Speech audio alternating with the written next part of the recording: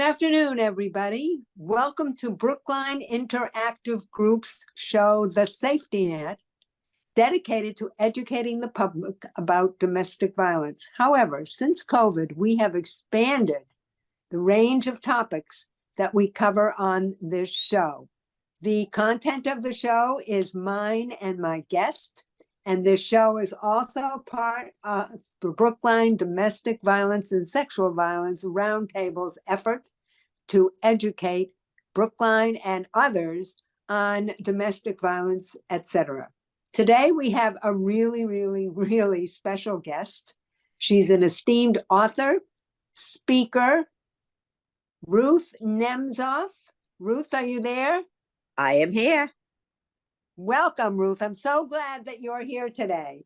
Ruth is going to share her views, of which she has many, on parenting and grandparenting with us. But first, she's going to tell us a little bit about herself, because if I did, it would take 4 hours. Go ahead, Ruth.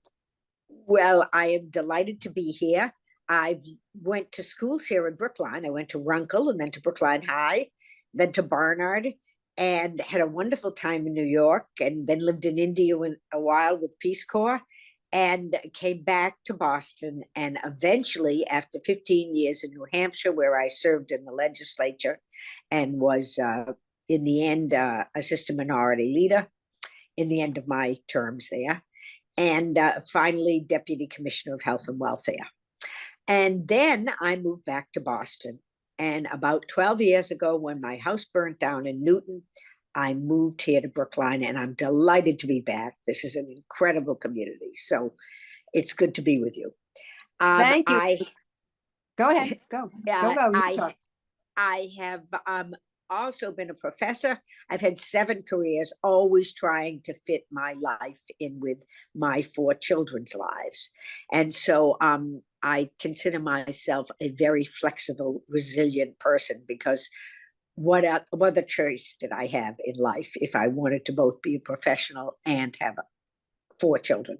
So I have been a professor, and I have written 2 books, one called Don't Bite Your Tongue, How to Foster Rewarding Relationships with Your Adult Children, and number 2, Don't Roll Your Eyes, Making In-Laws into Family. And you'll notice both these books are kind of a mess. They've got tattered and torn pages and markers in them. And I always think it's such a perfect example of why what I write about. So my husband looks at these books, or he did when he was alive, and he'd say, "How can you go before an audience with that mess?"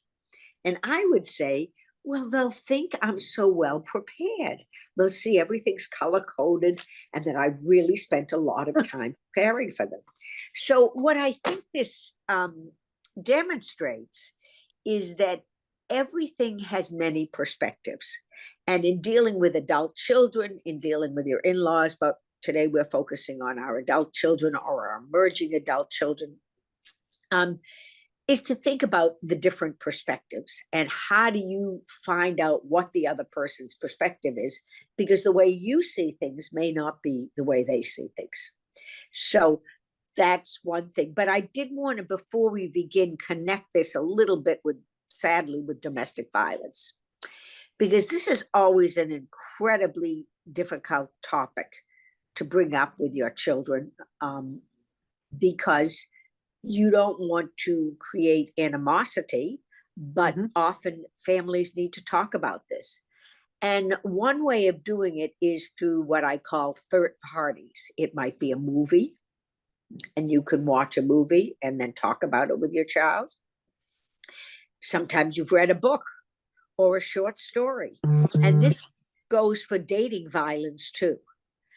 So that sometimes you can bring up these subjects well before they happen, just by talking about literature or art that brings up this topic. And then you get to talk about it and just sort of let the person know, well, you know, if there ever should be something in your life, I hope you would be free to talk to me about it.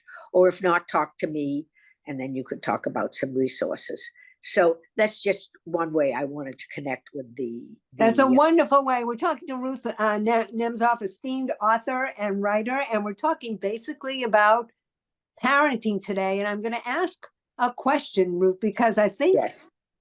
parenting today is very different from when I grew up. Very different. I came from a very strict religious household. And I see, I'm an attorney, I'm a domestic violence attorney. I see my clients really having difficulty communicating with their adult children.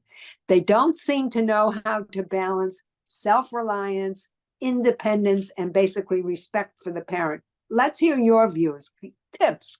We need recipes from you, Ruth. Oh, well, I'm not sure I can give you recipes, but I can give you ways of thinking about it. And Good. or maybe it's like a peasant recipe where, you know, you put a little this in and a little that, yeah. and each person puts in the different amount because it depends on the situation. You know, have a little more butter that week, you might put a little less salt or something like that. So let's talk about this. So the first thing is that I think we're very confused. We talk about wanting independence. But if we learn nothing else during COVID, we learned that independence wasn't so great. We couldn't both take care of the kids and work and do everything else we had to do in life, like the laundry and the cooking and the shopping and so forth. Or even if you were a single person, you were sitting there saying, oh my God, this is completely independent. Boring, misery. So I think the goal is not independence, it's interdependence. And that means you're interacting with other people. And so what does that mean? Well, once you interact with someone else, you have to consider their feelings as well as your own. And so that makes it a little more complicated. So from whatever age your child is, talking about what did you think about that? What do you think the other person thought? Or often this is what we do when we gossip. We let's say we go to an event together and you say, wow, what did you think of what Susie said? Or what about, you know, what Chandra said, you know, and so forth. And you begin to rethink about, well, I saw it this way, but the other person saw it another way. So that's one way of developing a kind of resiliency, because you're realizing that the goal is not total independence.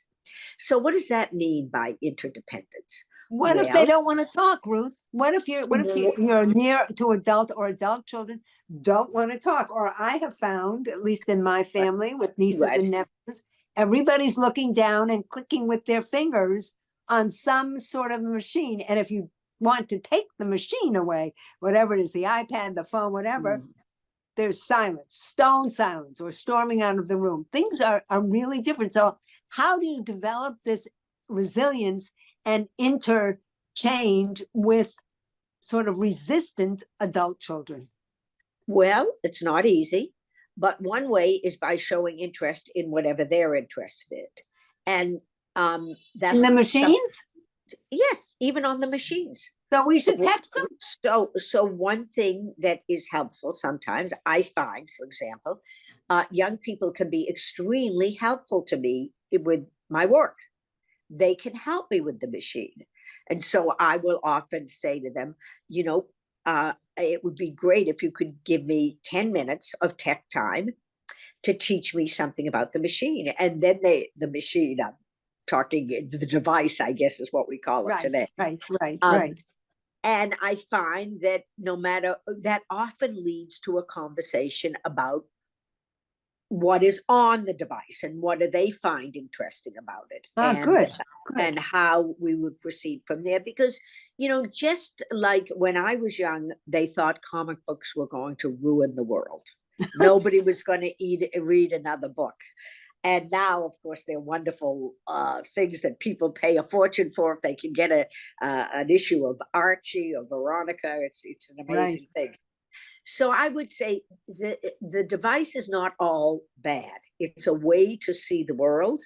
And it's interesting to learn about how, for example, they see the world. So I will give you an example. I was just with a young person and I'm going to be traveling. And I asked her any suggestions she had. And she told me a bunch of different tour companies, and then we went together on it, and she showed me different things that I could learn from it. And that was quite extraordinary, because I also learned about her life, because at the same time she told me about some of the things she had done. So sticking with the machine topic for a minute, what advice do you, yes, what advice do you, devices or machines, what advice do you give, or would you give to parents to supervise, say, younger children or even teenage children on, because there is so much fraud, hacking, sexting, there's so much negative on these devices. How do you supervise it? I would say that I would not be the person to go to, because I don't know enough about the internet. I don't know enough about these porn sites and whatever else is out there. But I would advise them to go to somebody who does know about it. And I notice more from what comes across my desk, there are often seminars for parents on, what are those? You can put them on the computer to stop programs from entering the computer. Right. Yeah. Okay. Yeah, and so I would go to somebody who knows better, and I bet we have some services at our Brookline Public Library that they the Brookline Police, the Brookline Police yes, can lead us at least in the direction of where do we go to get the information. Okay, but do you think it's necessary that parents know what and when, if they can, their kids are interacting with, what sites, what chat? I think that it is important to have limits on screen time, just because, for example, at the table, you do want to have conversations, but that also means that the parent has to have limits on screen time. Exactly. Yes. And that's and hard. We all have to say, and in my case, it happens to be family time at the table. So I would choose that time, that is device free, and we don't do that. And if, let's say, there's an emergency happening, you might say, today I'm keeping my phone on. I'm not going to look at it unless this emergency happens. Good. So just being respectful about that. And again, I would ask for advice from librarians, from the police about. Yeah. And I would hope that the schools do something about this too. But getting back to parenting, let's say adult children who have left the home, who have gone on to university or gone on to a job or gone on to the service, but due to economics, want to come back and live with their parents. That would be really, really difficult. The kids have been independent on their own, but now they have to go back to their parental home. How do you reestablish, or do you not reestablish, but establish a new relationship with your children? Well, first I'd say, remember, the parents have been on their own too, and they've built a life without the children, and often that is something the kids are surprised to see. So I would say the first thing is to make it clear what the rules of the game are.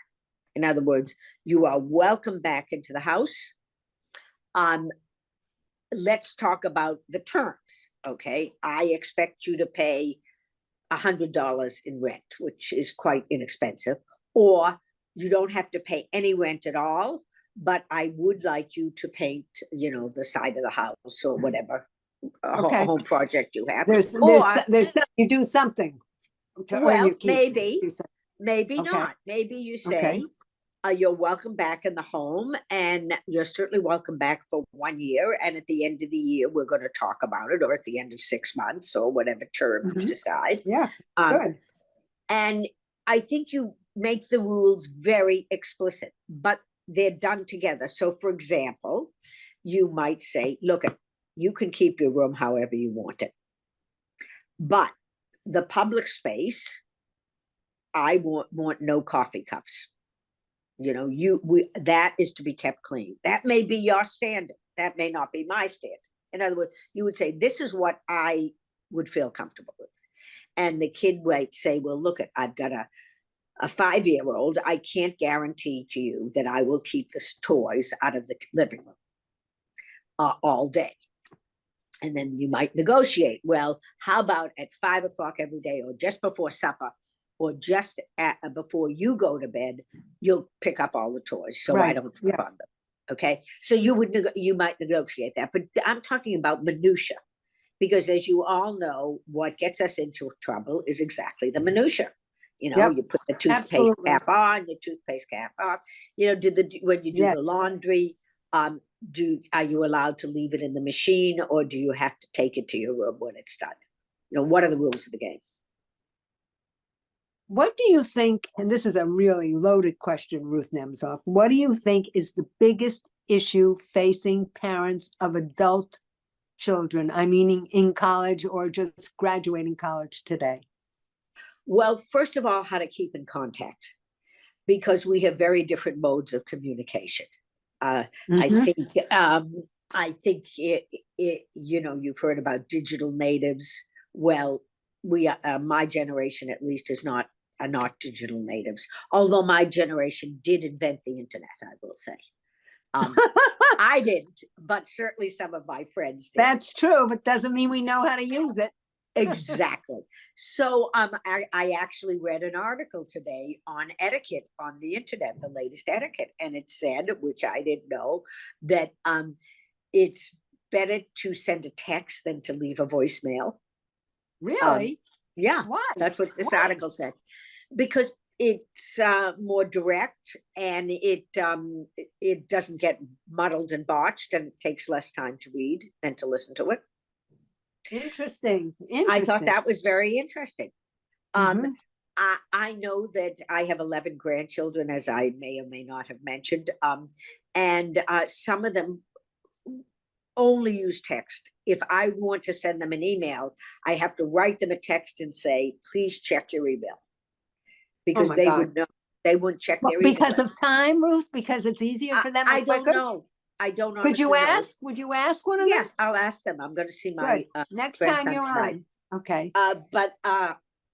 So I would recommend that you find out how the person likes to communicate. I have some of my kids who don't want texts at night, even though because they might forget to put the silencer on at night, and it would wake them up, and sleep is so precious for parents. They do not want that. Others don't mind that because they trust the silencer, or their kids are old. So asking people how they like to communicate now is a big thing. We have many choices. Too many choices from my point of view, because I can't do a lot. I don't know TikTok. But I was at a conference this morning run by District Attorney Morrissey's office. And one of the speakers there was talking about artificial intelligence and how it is going to change our lives. And one of the things that she found, she was a professor, I believe from Bridgewater University, that young people are having relationships with artificial intelligence. I can't even say people. I don't know what you say. And the research that she's done is that the young people, these are college students, find it more rewarding to have, whatever you call it, a relationship with this artificial intelligence character than real people. And I found that fascinating. Everybody in the room found it fascinating. What are your views? Go ahead, jump in. Well, I've never had an artificial intelligence relationship, but I can say, gee, if you could make it do everything you wanted, how wonderful is that? So I don't really know. I do know I did have a session with my kids where we were experimenting with AI just to give me a sense of what it was. And I thought it would be fun to ask AI to make, I'm writing a book on grandparenting now, and I thought it would be fun to say, outline such and such a chapter. And, they gave a pretty good outline. Yeah. It really did a good job. And I thought, wow, that's really interesting. So I had no idea what it did. I didn't know what people were talking about when they said artificial intelligence. So I urge you all to just find out what you can about it and ask your kids about it. And that's a great topic for discussion. It is. It is. And in the last few minutes, the last minute or two, Ruth Nemzoff, what advice would you give to the public who is watching this show about parenting today? I would say that you will make mistakes just as we made mistakes and just as our parents made mistakes. And hopefully, your children, you will have brought them up with forgiveness and they will forgive you for your mistakes. And the good thing when they become adults is hopefully they will be responsible for their own mistakes. So that is to me what the aim is to. That's lovely. So, so before we leave, I just want to say, Ruth Nemzoff, author, you can see speaker, I would say guru on parenting from her own experience and from the work that she's done as a professor. And where are your papers stored? Aren't they stored someplace at Harvard? Yes, at the Schlesinger Library. That's fabulous. That's really fabulous. It really, that's kudos to you. Ruth Nemzoff, thank you for appearing on the Safety Net. I hope you'll come back. We'll do a whole show on artificial intelligence relationships. Oh my goodness, you're going to have to wait a while till I learn some more. Me too. Ruth Nemzoff, thank you for the Safety Net, and we'll see you all next time.